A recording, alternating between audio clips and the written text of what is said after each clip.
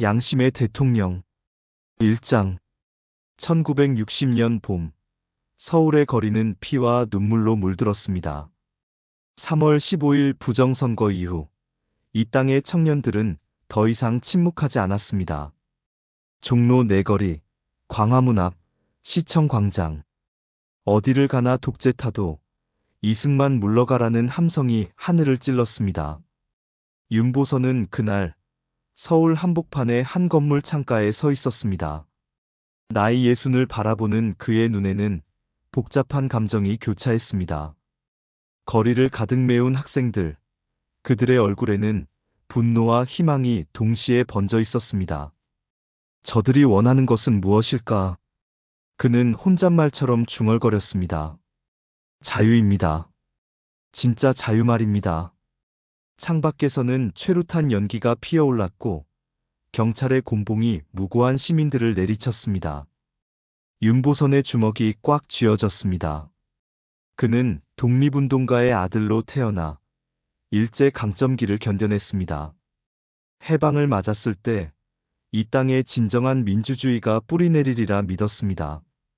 하지만 12년이 지난 지금 그 희망은 부패한 권력에 의해 짓밟히고 있었습니다. 4월 19일 그날은 역사의 분수령이 되었습니다. 수많은 청년들이 경찰의 총탄에 쓰러졌습니다. 피는 아스팔트 위로 흘렀고 시민들의 울부짖음은 청와대까지 울려 퍼졌습니다. 윤보선은 부상당한 학생 하나를 병원으로 옮기는 것을 도왔습니다.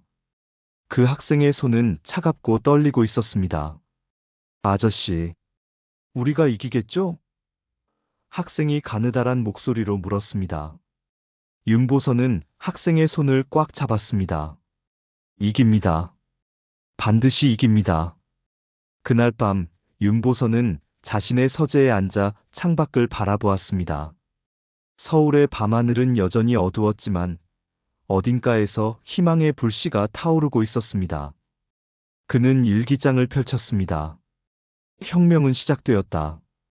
이 땅에 진짜 자유가 오려면 누군가 책임을 져야 한다. 그 무게가 내게 주어진다면 나는 피하지 않을 것이다. 며칠 후 이승만은 결국 하야 성명을 발표했습니다. 12년간 이어진 독재는 무너졌고 대한민국은 새로운 시대를 맞이했습니다. 하지만 윤보선은 알고 있었습니다. 진짜 어려운 일은 지금부터라는 것을. 혁명의 열기는 뜨겁지만 그 열기 속에서 진정한 민주주의를 세우는 것은 또 다른 싸움이었습니다. 거리의 함성은 점점 잦아들었지만 윤보선의 가슴 속에서는 무언가가 격렬하게 타오르기 시작했습니다. 책임감이었습니다. 이 나라를, 이 국민을 위해 무언가를 해야 한다는 절박한 사명감이었습니다. 변화의 바람이 불고 있습니다. 그는 창밖을 바라보며 다짐했습니다. 나는 그 바람을 올바른 방향으로 이끌어야 합니다. 2장 이승만의 하야 후 대한민국은 혼돈의 소용돌이에 빠졌습니다. 정치인들은 권력의 공백을 메우기 위해 분주히 움직였고 각 정당은 자신들의 이해관계를 관철하기 위해 치열하게 다투었습니다. 국회는 새로운 헌법을 논의했고 내각제 개헌이 급물살을 타기 시작했습니다. 윤보선은 이 모든 광경을 조용히 지켜보았습니다. 그는 야당인 민주당의 원로였지만 권력욕으로 불타는 정치인은 아니었습니다. 오히려 그는 정치의 세계에서 한 발짝 물러나 있는 편이었습니다. 그의 관심은 오직 하나, 이 나라가 진정한 민주주의 국가로 거듭나는 것이었습니다. 어느 날 저녁 민주당 지도부가 윤보선의 집을 찾아왔습니다. 거실에 둘러앉은 그들의 표정은 진지했습니다. 윤 선생님, 나라가 선생님을 필요로 합니다. 한중진 의원이 말했습니다. 대통령직을 맡아주셔야 합니다. 윤보선은 찻잔을 내려놓으며 고개를 저었습니다. 나는 권력을 탐하는 사람이 아닙니다. 여러분도 잘 아시지 않습니까? 권력이 아닙니다, 선생님. 다른 의원이 말했습니다. 상징입니다. 이 혼란한 시국에 국민을 하나로 묶을 수 있는 상징이 필요합니다. 선생님의 청렴함과 명망이 필요합니다. 윤보선은 창밖을 바라보았습니다. 어둠 속에서 서울의 불빛들이 반짝이고 있었습니다. 각각의 불빛 뒤에는 가족이 있고 희망이 있고 내일이 있었습니다. 내각제 헌법 아래서 대통령은 실권이 없습니다. 윤보선이 말했습니다. 총리가 모든 권한을 갖는다는 것을 여러분도 아실 것입니다. 그렇기 때문에 더욱 선생님이어야 합니다. 원로 의원이 말했습니다. 권력 앞에서 흔들리지 않을 뿐, 오직 국민만을 바라볼 수 있는 분이 필요합니다. 그날 밤 윤보선은 잠을 이루지 못했습니다. 그는 자신의 인생을 돌아보았습니다. 독립운동가의 아들로 태어나 일제에 맞서 싸웠고 해방 후에는 이승만 독재에 저항해왔습니다. 그는 부유한 집안 출신이었지만 평생 청렴하게 살았습니다. 권력보다는 원칙을, 이익보다는 양심을 택해왔습니다. 내가 권력을 탐해 오르겠는가? 그는 중얼거렸습니다. 다만 누군가는 이 나라의 얼굴이 되어야 한다. 며칠 후 국회에서 대통령 선거가 치러졌습니다.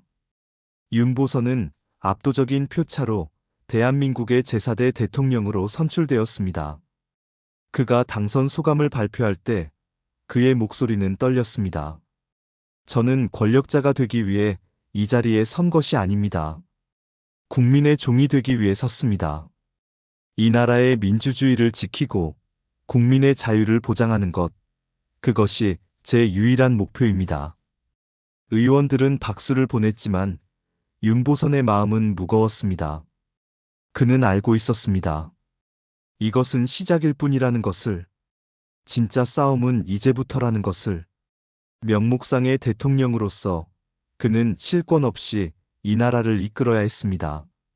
집으로 돌아오는 길, 그는 하늘을 올려다보았습니다. 별들이 반짝이고 있었습니다. 부디 내가 올바른 선택을 하게 하소서. 그는 조용히 기도했습니다. 3장 1960년 8월 윤보선은 경무대에 입성했습니다. 이승만이 떠난 그곳은 여전히 독재의 잔재가 남아있는 듯 했습니다. 그는 첫날부터 변화를 시작했습니다. 이제 이곳은 경무대가 아니라 청와대입니다. 그는 참모들에게 말했습니다. 국민의 집입니다. 한 사람의 권력자가 아니라 온 국민이 주인인 집입니다. 청와대의 문은 국민에게 활짝 열렸습니다. 윤보선은 정기적으로 시민들을 만났고 그들의 목소리를 직접 들었습니다. 어느 날은 농부가, 어느 날은 노동자가, 어느 날은 학생이 청와대를 찾아왔습니다. 윤보선은 그들 한 명 한 명의 이야기를 경청했습니다. 대통령님, 우리 마을에 다리가 필요합니다. 한 노인이 말했습니다. 좋습니다. 담당 부처에 전달하겠습니다. 윤보선은 직접 메모를 했습니다. 하지만 현실은 냉혹했습니다. 내각제 헌법 아래서 실권은 총리 장면에게 있었습니다. 윤보선이 약속한 것들은 총리실과 국회를 거쳐야 했고 그 과정에서 많은 것들이 무산되었습니다. 어느 날 윤보선은 장면 총리와 마주 앉았습니다. 둘 사이에는 묘한 긴장감이 흘렀습니다. 대통령님, 국정은 총리의 권한입니다. 장면이 조심스럽게 말했습니다. 대통령님께서는 상징적 역할에 충실하셔야 합니다. 윤보선의 주먹이 꽉 쥐어졌습니다. 나는 국민에게 약속했습니다. 그들의 목소리를 정치에 반영하겠다고. 하지만 헌법이 그렇습니다. 장면의 목소리는 단호했습니다. 저도 어쩔 수 없습니다. 그날 밤 윤보선은 청와대의 정원을 거닐었습니다. 가을바람이 차갑게 불었습니다. 그는 자신이 얼마나 무력한 존재인지 깨달았습니다. 대통령이라는 직함은 있지만 실제로 할 수 있는 일은 거의 없었습니다. 참모 한 명이 다가왔습니다. 각하, 추우시겠습니다. 안으로 들어가시죠. 나는 대통령이 아닙니다. 윤보선이 쓸쓸하게 말했습니다. 허수아비입니다. 국민은 내가 무언가를 할 수 있다고 생각하지만 나는 아무것도 할 수 없습니다. 각하. 참모는 말을 잇지 못했습니다. 윤보선은 서울의 야경을 바라보았습니다. 수많은 불빛들이 반짝이고 있었습니다. 그 불빛 하나하나가 한 가정의 희망이었습니다. 하지만 그는 그 희망에 응답할 수 없었습니다. 국민의 집이라고 했지만 그는 중얼거렸습니다. 정작 국민을 위해 할 수 있는 일이 이렇게 없다니. 다음 날 윤보선은 다시 국민을 만났습니다. 그는 미소를 지었고 악수를 나누었고 이야기를 들었습니다. 하지만 그의 가슴 속에는 깊은 무력감이 자리 잡고 있었습니다. 저녁이 되어 집무실로 돌아왔을 때 그는 책상 위에 놓인 서류들을 바라보았습니다. 모두 형식적인 것들이었습니다. 서명은 했지만 실제 결정권은 그에게 없었습니다. 이것이 내가 꿈꾸던 민주주의인가? 그는 자문했습니다. 권력이 분산된 것은 좋지만 책임도 함께 흩어져 버렸습니다. 밤이 깊어갈수록 윤보선의 고독은 깊어갔습니다. 그는 창밖을 바라보며 생각했습니다. 명목상 대통령의 이 외로움을 누가 알겠는가? 사장. 1961년 봄, 윤보선은 개혁의 꿈을 버리지 않았습니다. 비록 실권은 없었지만 그는 도덕적 권위를 통해 변화를 이끌어내려 했습니다. 그는 전국을 순회하며 청렴과 정의를 강조했습니다. 부패는 이 나라의 암입니다. 그는 한 지방 집회에서 말했습니다. 우리는 독재를 물리쳤습니다. 이제 부패를 물리쳐야 합니다. 군중은 환호했습니다. 하지만 서울로 돌아왔을 때 현실은 달랐습니다. 국회는 정당 간의 이해관계로 얽혀 있었고 개혁 법안은 번번이 좌초되었습니다. 부패한 관료들은 여전히 자리를 지키고 있었고 정경유착은 계속되었습니다. 윤보선은 강요회의에 참석했습니다. 그는 참관인에 불과했습니다. 장면 총리가 회의를 주재했고 각 부처 장관들이 보고를 했습니다. 부패 척결을 위한 특별조사를 시작해야 합니다. 윤보선이 발언했습니다. 강요들은 서로 눈치를 보았습니다. 장면 총리가 조심스럽게 말했습니다. 대통령님, 그것은 행정부의 권한입니다. 신중하게 검토하겠습니다. 검토만 하다가 언제 실행합니까? 윤보선의 목소리에 답답함이 묻어났습니다. 회의 후 윤보선은 홀로 집무실에 남았습니다. 그는 창밖을 바라보며 탄식했습니다. 나라를 위해 바른 길을 가려 했을 뿐인데 왜 이리 고독한가? 그의 책상 위에는 국민들의 편지가 쌓여 있었습니다. 하나하나가 절박한 호소였습니다. 대통령님, 우리 마을 이장이 뇌물을 요구합니다. 도와주십시오. 대통령님, 경찰이 억울한 사람을 잡아갔습니다. 구해주십시오. 윤보선은 편지들을 읽으며 눈물을 흘렸습니다. 그는 이 모든 편지에 답하고 싶었습니다. 하지만 그에게는 그럴 권한이 없었습니다. 어느 날 저녁 윤보선은 오랜 친구를 만났습니다. 둘은 조용한 음식점에서 소주를 나눴습니다. 자네는 왜 그렇게 힘들게 사나? 친구가 물었습니다. 권력도 없는 자리에서 뭐하러 그렇게 애쓰는가? 윤보선은 잔을 들었습니다. 나는 이상주의자입니다. 이 땅에 진정한 민주주의가 뿌리내리기를 바랍니다. 이상과 현실은 다르네. 친구가 말했습니다. 자네의 이상은 아름답지만 현실은 추악하네.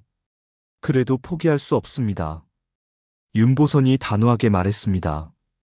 누군가는 이상을 지켜야 합니다.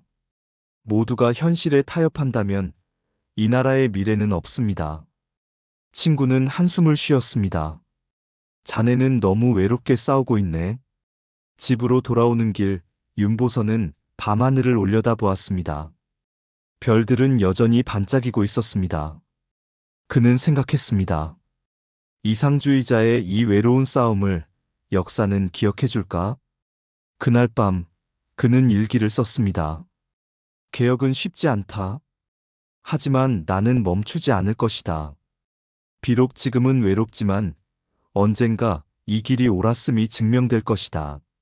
5장 1961년 5월 16일 새벽 윤보선은 전화벨 소리에 잠에서 깼습니다. 시계를 보니 새벽 4시였습니다. 수화기를 들자 참모의 다급한 목소리가 들렸습니다. 각하, 군부가 움직였습니다. 한강 다리에 탱크가 진입하고 있습니다. 윤보선은 벌떡 일어났습니다. 무슨 소리인가? 누가 명령했나? 박정혜 소장이 쿠데타를 일으켰습니다. 전화를 끊은 윤보선은 황급히 옷을 입었습니다. 그의 손은 떨렸습니다. 분노인지 두려움인지 알 수 없는 감정이 온몸을 휘감았습니다. 청와대로 가는 길, 서울은 기묘한 정적에 쌓여 있었습니다. 간간히 군용 차량이 지나갔고 무장한 군인들이 거리를 장악하고 있었습니다. 청와대에 도착했을 때 라디오에서는 군부의 성명이 방송되고 있었습니다. 부패한 구정치를 청산하고 국가를 재건하기 위해 군이 나섰습니다. 윤보선은 라디오를 끄고 창밖을 바라보았습니다. 그의 눈에는 깊은 절망이 서려 있었습니다. 또다시 군합발이 이 땅의 민주주의를 짓밟는가? 장면 총리가 급히 청와대로 찾아왔습니다. 그의 얼굴은 창백했습니다. 대통령님, 어떻게 해야 합니까? 윤보선은 무거운 목소리로 말했습니다. 우리에게 선택지가 있습니까? 군이 이미 서울을 장악했습니다. 저항해야 하지 않겠습니까? 한 참모가 말했습니다. 무엇으로 저항합니까? 윤보선이 반문했습니다. 우리에게 군대가 있습니까? 무기가 있습니까? 저항하면 무고한 시민들만 피를 흘릴 것입니다. 그날 오후, 박정희가 청와대를 방문했습니다. 군복을 입은 그는 윤보선 앞에 섰습니다. 대통령님, 우리는 나라를 구하기 위해 일어섰습니다. 박정희가 말했습니다. 윤보선은 그를 똑바로 바라보았습니다. 나라를 구한다고요? 민주주의를 파괴하면서요? 민주주의가 부패했습니다. 박정희가 대답했습니다. 우리는 그것을 바로잡으려 합니다. 민주주의는 불완전할 수 있습니다. 윤보선이 단호하게 말했습니다. 하지만 그것을 총칼로 바로잡을 수는 없습니다.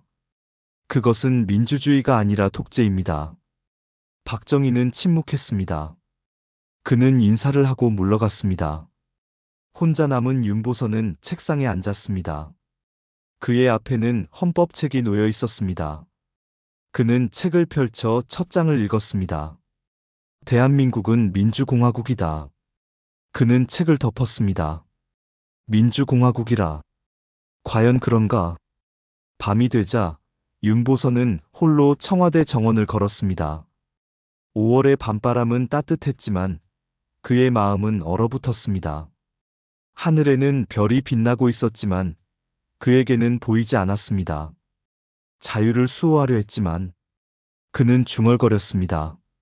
나는 무력했습니다. 군부 앞에서, 총칼 앞에서 나는 아무것도 할 수 없었습니다. 그의 눈에서 눈물이 흘러내렸습니다. 분노의 눈물이었습니다. 절망의 눈물이었습니다. 그리고 무엇보다 국민에게 미안한 마음의 눈물이었습니다. 다시 찾아온 어둠을 그는 하늘을 올려다보았습니다. 나는 막지 못했습니다. 6장 쿠데타 이후 윤보선은 명목상 대통령으로 남아 있었습니다. 군부는 그를 완전히 배제하지 않았습니다. 오히려 그의 명망을 이용하려 했습니다. 윤보선은 이 상황을 견뎌야 했습니다. 매일 아침 그는 집무실에 출근했습니다. 하지만 실제 권력은 군사혁명위원회에 있었습니다. 윤보선은 형식적인 서류에 서명하는 것 외에는 할 일이 없었습니다. 참모들은 그에게 조언했습니다. 각하, 지금은 참으셔야 합니다. 살아남으셔야 합니다. 살아남아서 무엇을 하란 말인가? 윤보선이 쓸쓸하게 말했습니다. 어느 날 군부는 윤보선에게 제안했습니다. 대통령님께서 군정을 지지해 주십시오. 그러면 우리는 대통령님을 계속 모시겠습니다. 윤보선은 단호하게 거절했습니다. 나는 민주주의를 믿는 사람입니다. 군부 독재를 지지할 수 없습니다. 그렇다면 불편한 관계가 될 수밖에 없습니다. 군부 인사가 차갑게 말했습니다. 윤보선은 그들이 떠난 후 혼자 남았습니다. 그는 자신의 처지를 곰곰이 생각했습니다. 명예로운 하야와 군부와의 협력. 두 가지 선택지 중에서 그는 무엇을 택해야 할까요? 밤이 되면 윤보선은 일기를 썼습니다. 이것이 그가 진실을 기록할 수 있는 유일한 방법이었습니다. 권력은 잠시, 양심은 영원하리. 그는 이 문장을 여러 번 되뇌었습니다. 권력을 지키기 위해 양심을 타협할 것인가? 아니면 양심을 지키기 위해 권력을 내려놓을 것인가? 주변 사람들은 그에게 살아남으라고 했습니다. 각하, 지금 하야하시면 모든 것이 끝납니다. 조금만 더 참으십시오. 하지만 윤보선은 알고 있었습니다. 이것은 참는 문제가 아니라 선택의 문제라는 것을. 그는 매일 밤 긴 시간 동안 고민했습니다. 어느 날 윤보선은 경복궁을 산책했습니다. 옛 궁궐의 고요함 속에서 그는 역사의 무게를 느꼈습니다. 이 땅에서 얼마나 많은 권력이 생겼다 사라졌는지. 하지만 진정으로 남는 것은 무엇일까? 조선의 임금들 중에서 그는 생각했습니다. 우리가 기억하는 이들은 권력이 강했던 이가 아니라 백성을 사랑했던 이들입니다. 그날 저녁 그는 결심했습니다. 더 이상 이 자리에 있을 수 없다고. 명목상의 대통령으로 군부 정권의 정당성을 부여하는 것은 그의 양심이 허락하지 않았습니다. 그는 하야 성명서를 직접 작성하기 시작했습니다. 펜을 들었지만 손이 떨렸습니다. 이것은 단순한 사직서가 아니었습니다. 이것은 민주주의를 향한 그의 마지막 외침이었습니다. 나는 군부 독재를 인정할 수 없습니다. 그는 썼습니다. 민주주의가 온전히 회복되는 그날까지 나는 저항할 것입니다. 참모들이 성명서를 보고 놀랐습니다. 각하, 이렇게 쓰시면 군부가 가만히 있지 않을 것입니다.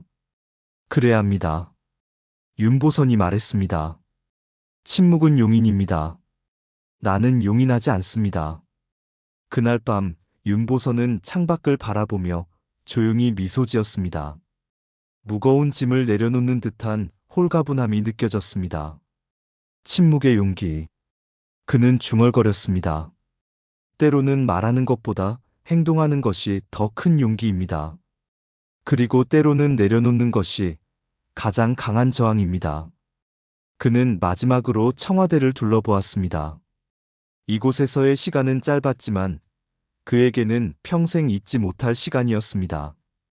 권력의 무상함을, 이상과 현실의 간극을, 그리고 양심의 무게를 배운 시간이었습니다.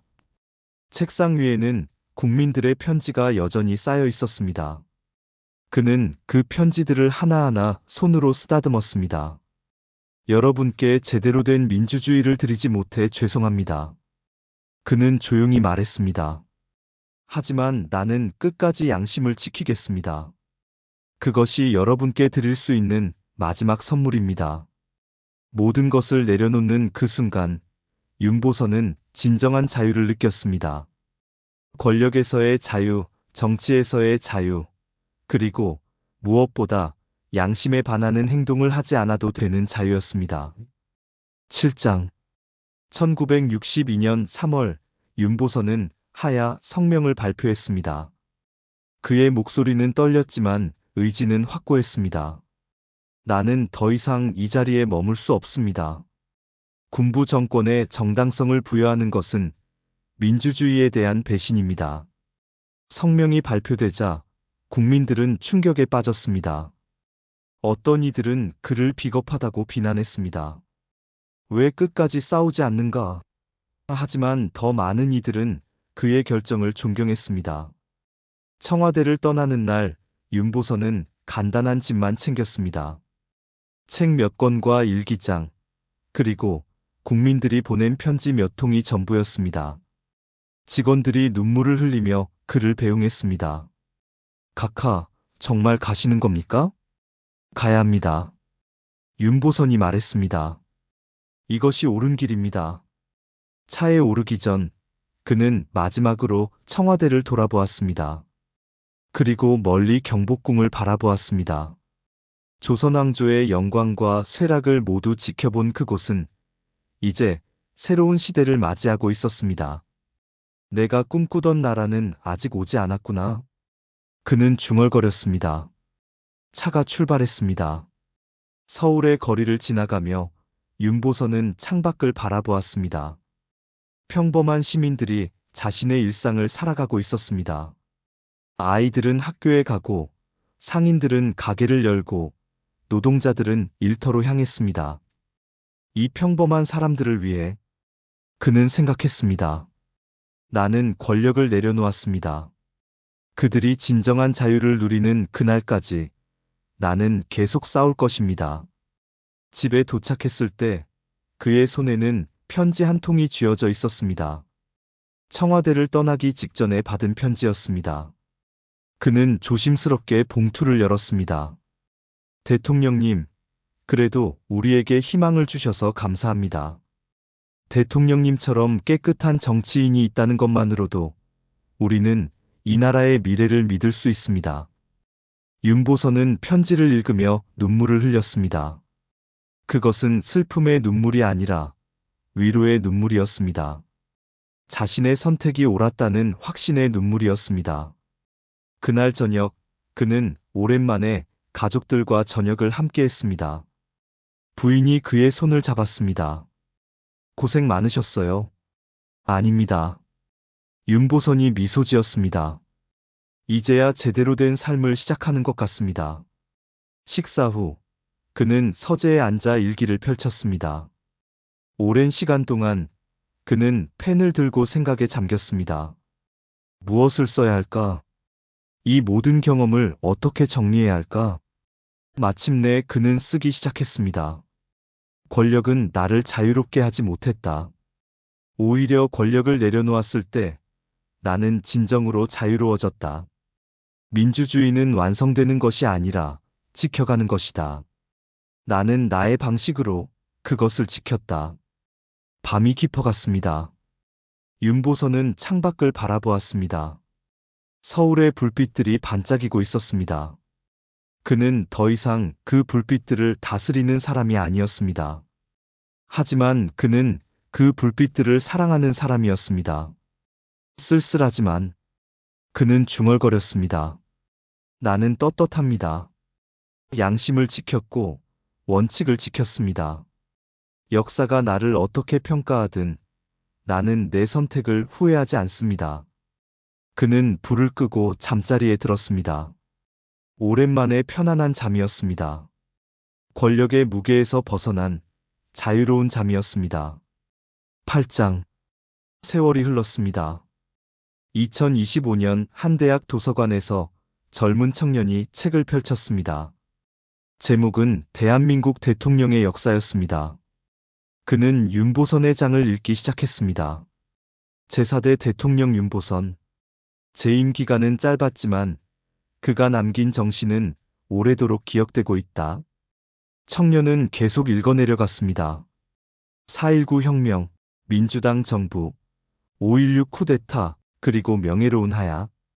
그는 윤보선의 일기 중 한 구절에서 멈췄습니다. 민주주의는 완성되는 것이 아니라 지켜가는 것이다. 청년은 책을 덮고 창밖을 바라보았습니다. 2025년의 대한민국은 윤보선이 살았던 시대와는 많이 달랐습니다. 경제는 발전했고 민주주의는 뿌리내렸습니다. 하지만 여전히 완벽하지 않았습니다. 지켜가는 것이라. 청년은 중얼거렸습니다. 그렇다면 우리가 지켜가야 하는군요. 그는 다시 책을 펼쳤습니다. 윤보선의 사진이 있었습니다. 온화하지만 단호한 눈빛이었습니다. 그 눈빛에는 신념이 담겨 있었습니다. 화면이 전환됩니다. 1980년대 어느 날 노년의 윤보선이 자신의 서재에 앉아 있습니다. 그는 여전히 정정했고 눈빛은 여전히 맑았습니다. 창밖에서는 민주화를 요구하는 시위 소리가 들려왔습니다. 윤보선은 창문을 열고 그 소리를 들었습니다. 그의 얼굴에 미소가 번졌습니다. 아직도 싸우고 있구나. 그는 중얼거렸습니다. 좋은 일이다.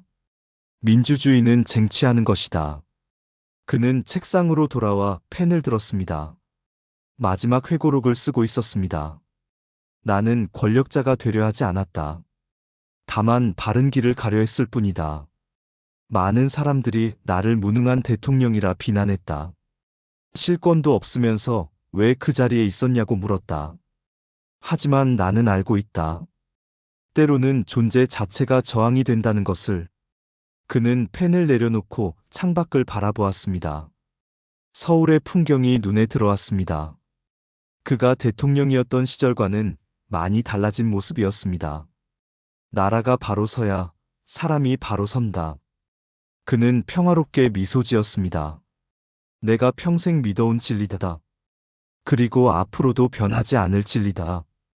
다시 2025년으로 돌아옵니다. 청년은 책을 덮고 일어섰습니다. 그는 도서관을 나와 거리로 나갔습니다. 평화로운 서울의 거리, 자유롭게 걷는 사람들, 두려움 없이 의견을 나누는 시민들. 이것이 윤보선 대통령이 꿈꾸던 나라일까요? 청년은 생각했습니다. 완벽하지는 않지만 적어도 자유는 있습니다. 그리고 그 자유를 지키기 위해 싸울 수 있는 권리가 있습니다. 그는 주머니에서 핸드폰을 꺼내 메모를 작성했습니다.